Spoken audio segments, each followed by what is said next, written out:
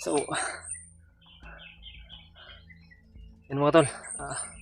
Sobrang tagal ng aking paglalakad.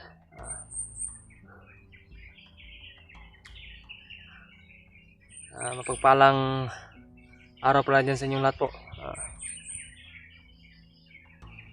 Sobrang tagal ng aking paglalakad po ay parang ang lapit ko na po sa lokasyon na sinid ni Julio sa akin. Parang ito na yung location na sinid ni Julio. Buti ay naabot na ako dito sa location na ito. Sinid ni Julio sa akin. Hindi ko alam kung nandito pa kaya si Julio. Sobrang lawak ng area na ito. Nahirapan ako sa paghanap. Tapos hina pa ng signal, hindi ko na makontak ulit si Julio. Sinubukan kong kontakin ay hindi ko na makontak ulit. Sobrang hina ng signal po.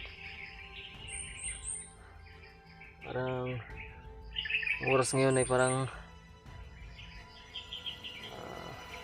10 AM na siguro ng umaga. Parang hingal ko na. Nagpagabi ako kagabi doon sa kabilang bundok. Buti na lang ay wala talagang kalaban na ating nasagupa at nakita po. Hanggang ginagabayan tayo ng Panginoon. So ngayon ito na, babaybayin ko na itong location na ito na location ni Julio. Sana ay magkita na kami ni Julio ngayon mamaya siguro. May kasama na po ako. Sana kung magkita kami, kung nandito pa si Julio, hindi pa siya nakalayo dito. Kasi ang sabi ni Julio po, ang dami ng kalaban. Dami ng kalaban na nakapalibot dito. Kaya sabi niya ay mag-iingat daw po ako. Ito. Hindi siya makalapit sa akin, hindi siya makabalik daw kasi sobrang dami ng kalaban, sabi ni Julio. Kaya antayin daw niya ako. Matagalan ako, hindi ko alam kung saan si Julio ngayon. So, sabi niya talaga sa akin ay antayin daw niya ako. Sana ay magkita na talaga kami kasi sobrang hirap na talaga na mag-isa po. Yun po mga tol. Dandahan po ako sa paglalakad ngayon. Mamasid lang po ako kasi sabi ni Leo, talagang napaka-higpit dito. Yun, sorry na po ako. Dandahan lang po tayo kasi hirap. Ako lang mag-isa. Hindi ko alam kung ano yung sagupa niya.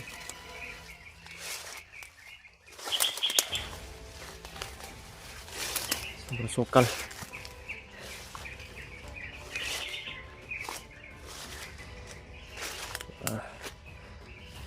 Buti i-ready natin yung ating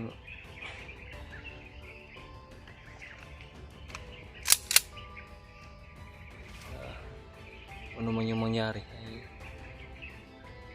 always ready na po yung baril natin. Sabi ko nga, kung pwede iwasan ay iwasan ko po muna, pero kung hindi, pilitan po ako na lumaban. Kung pwede naman i-silent kill ay silent kill ko lang muna, hindi lang po muna ako mapaputok para ligtas yung sarili ko at ligtas din si Julio. Walang masama mangyari sa akin o sa amin.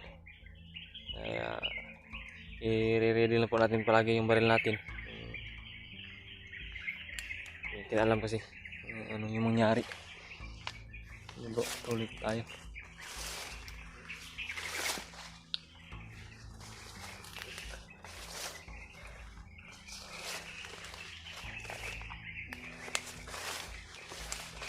buti lang talaga ay yung bandana kong itim ay nadala sa pagligtas nila sa akin. Doon pala sa bag ko, pinasok ng mga bandido, din nila alam na may kapangyarihan ito. Hindi ito katulad kay Brother Mart na paghawakan ng kalaban ay umiinit, papapasok sila, hindi kami magkapariha. Itong akin ay parang pangtagulilong lang ito. Kung kakagatin ko to, hindi na ako makita ng mga kalaban, hindi na ako makita ng mga may masasamang loob sa atin. Isa itong proteksyon sa aking sarili ko. Yan. Proceed muna tayo.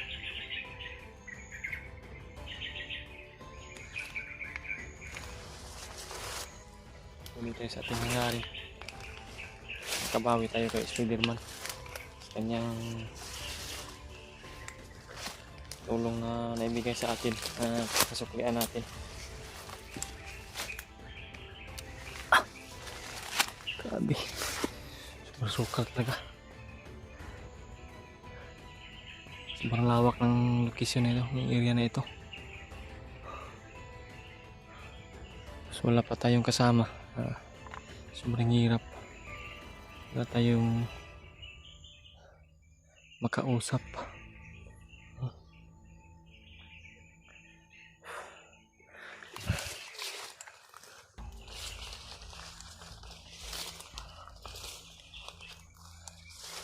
Kaya huwag natin kalimutan na tumingin-tingin sa ating likuran kasi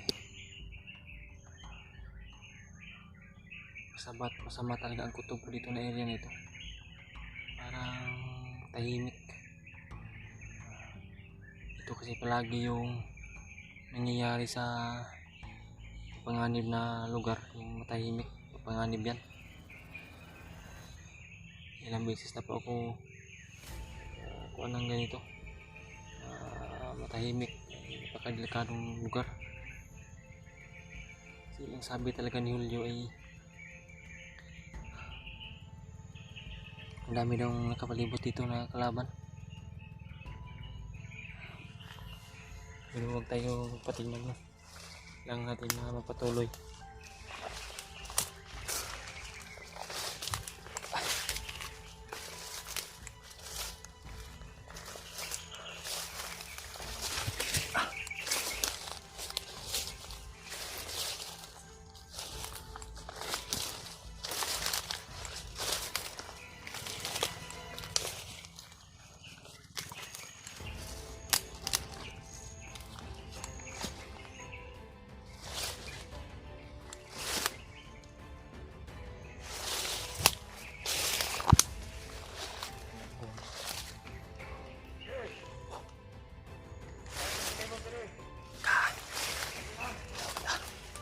Sabi ni Julio, talagang may mga bandido dito.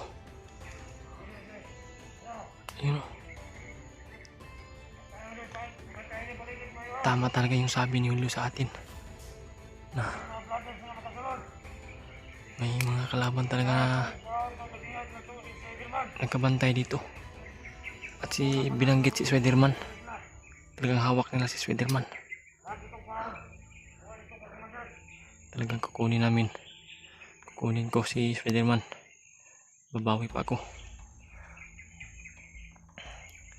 Daming kasama to kasi may nakausap siya sa unahan.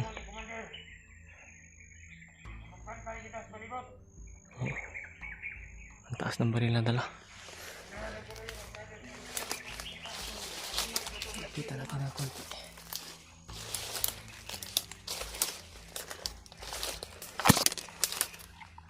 Ano po nung mga brothers? Tangan nga, dili na ito ni Commander, kita yung mukatay. Grabe. Hindi natin isabaw, pwede lang natukat yun. Sabi niya, kung pwede daw na hindi nila dahil kay Commander daw. Sila daw yung papatay. Ako, delikado yung buhay namin dito ni Julio. Sino man ang nandito sa location na ito, paabot po ito mga tol sa kasama namin na nandito, kung sino man ay kasama ng mga bandido. Kung pwede daw, yung sabi nila, kung pwede daw na hindi nila ipaabot kay commander yung mga vlogger na mahuli nila, ay Basta mo daw. sila na yung papatay. Patay na nila, hindi nila ipaabot pa kay commander. Kung sino commander to, si Commander Bagnot o Butakal.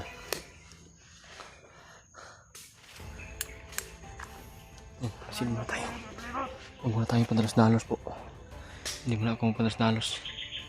Kasi hindi ko alam kung ilan ang nandyan. Nagtatago lang yung iba. Ang taas ng baril na dala.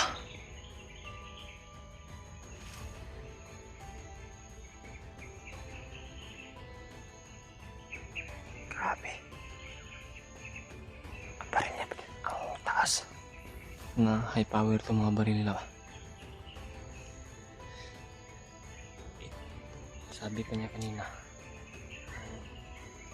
dito na yung parang gate ng kanyang kwan. Sila yung bantay dito sa perimeter.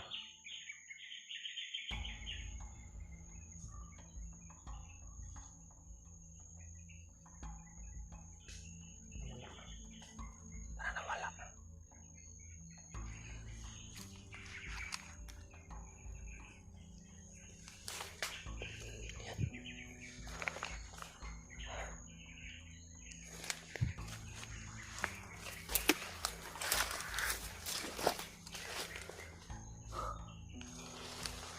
Patayin natin yan. Malayo ang kasama nito.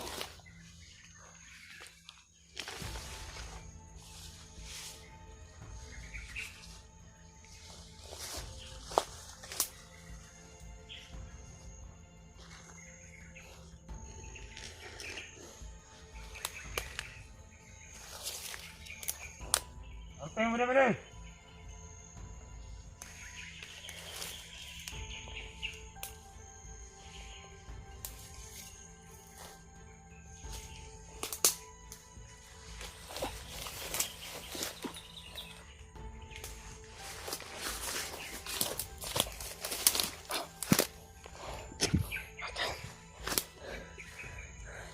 Mas matay ka, kunti. Samakin kayo.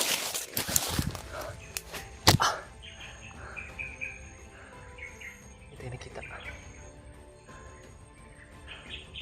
Tumulilong ako kasi pinangkat ko yung banana kong itim.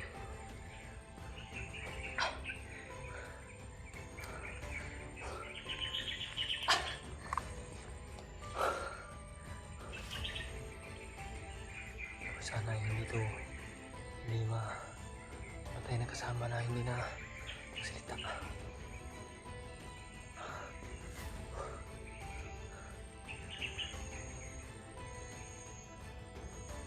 Ang daan na yun.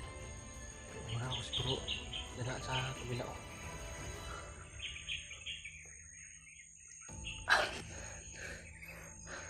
Grabe.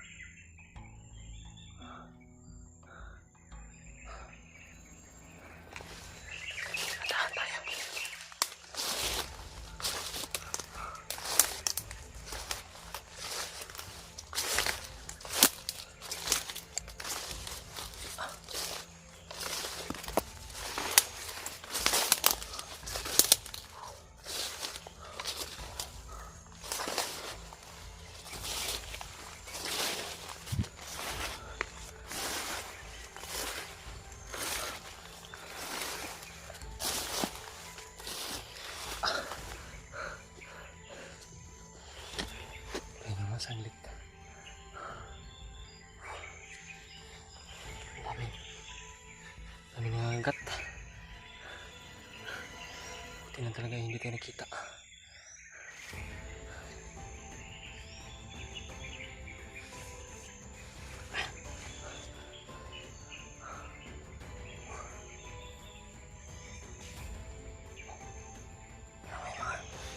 Kasamahan siguro ito.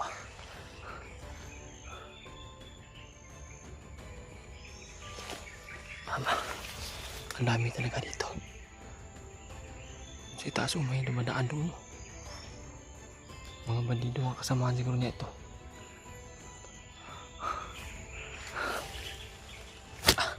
Dami mga gat.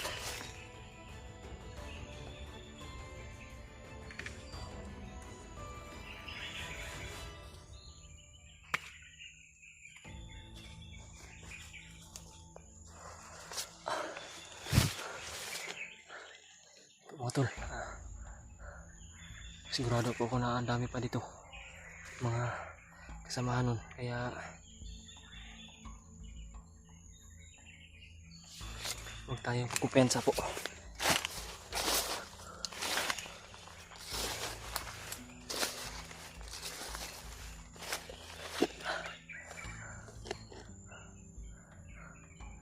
Masilip na tayo sa paligid para hindi tayo magagrabyado, para hindi magagrabyado yung buhay natin.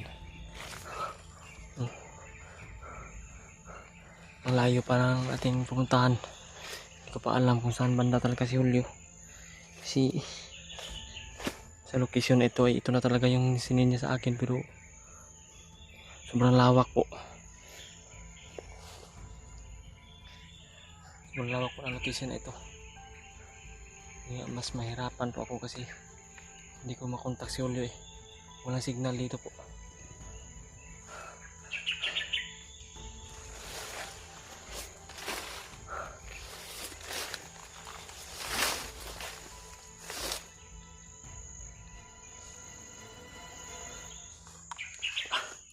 Ang dami pang nangagat.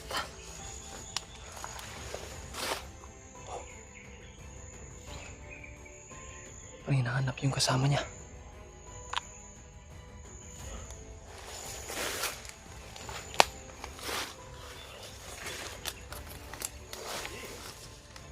Hanap niya yung kasama niya.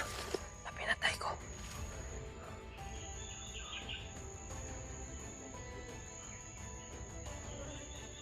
Hanap niya yung kasama niya.